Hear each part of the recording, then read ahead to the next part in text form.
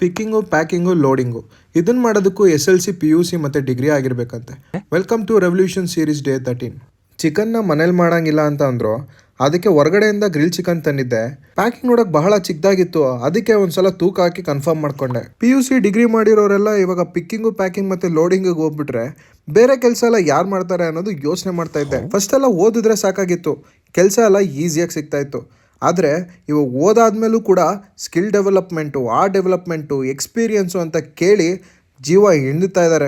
ಕೊಡೋ 25,000 ಸಂಬಳಕ್ಕೆ 25 ದಿನ ಕೆಲಸ ಮಾಡಿಸ್ಕೊಂಡು ಕೊನೆಗೆ ರಜಾ ಕೇಳಿದ್ರೆ ಯಾಕೆ, ಸಂಬಳ ಕೇಳಿದ್ರೆ ಲೇಟ್ ಆಗುತ್ತೆ, ಇನ್ಕ್ರಿಮೆಂಟ್ ಕೇಳಿದ್ರೆ ನೀನ್ ಮಾಡ್ತಿರೋ ಕೆಲ್ಸಕ್ಕೆ ಇಷ್ಟೇ ಸಾಕು, ಆದ್ರೆ ನಿನ್ನಿಂದ ಇನ್ನೂ ಎಫರ್ಟ್ ಬೇಕು ಅಂತ ಬೇರೆ ಹೇಳ್ತಾರೆ.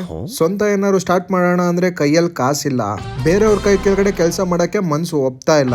ಸ್ವಲ್ಪ ಗೊತ್ತಿರೋದ್ರಲ್ಲಿ ಕಂಟೆಂಟ್ ಕ್ರಿಯೇಷನ್ ಏನಾದ್ರು ಮಾಡೋಣ ಅಂತ ಅನ್ಕೊಂಡ್ರೆ ಫಾಲೋವರ್ಸ್ ಯಾರು ಬರ್ತಾ ಇಲ್ಲ. ಇಷ್ಟೆಲ್ಲ ಜೀವನದಲ್ಲಿ ಆಗ್ತಾ ಇದ್ರು ನಗ್ನಗ್ತಾ ಮಾತಾಡ್ಕೊಂಡು ಖುಷಿಯಾಗಿ ಹ್ಯಾಪಿಯಾಗಿರೋಣ ಅಂತ ಅನ್ಕೊಂತಾರೆ ನೋಡಿ, ಅವರು ಕಂಡ್ರೆ ನಿಜವಾಗ್ಲೂ ಲೈಫಲ್ಲಿ ಹೊಡೆದಾಡ್ತಾ ಇರೋದು ಅಂತಂದ್ರೆ. ಇದೇನಾದ್ರು ನಿಮಗೆ ಕರೆಕ್ಟಾಗಿ ಅನಿಸಿದ್ರೆ ವಿಡಿಯೋನ ಲೈಕ್ ಮಾಡಿ, ಹಾಗೆ ಈ ಥರ ಕಷ್ಟಪಡ್ತಿರೋರಿಗೆ ಶೇರ್ ಮಾಡಿ. ಇವತ್ತು ನೈಟಿಂದ ಬೆಳಗ್ಗೆಗೆ ಇಷ್ಟೇ, ಮತ್ತೆ ಸಿಗುವ ನಾಳೆ. ಬಾಯ್.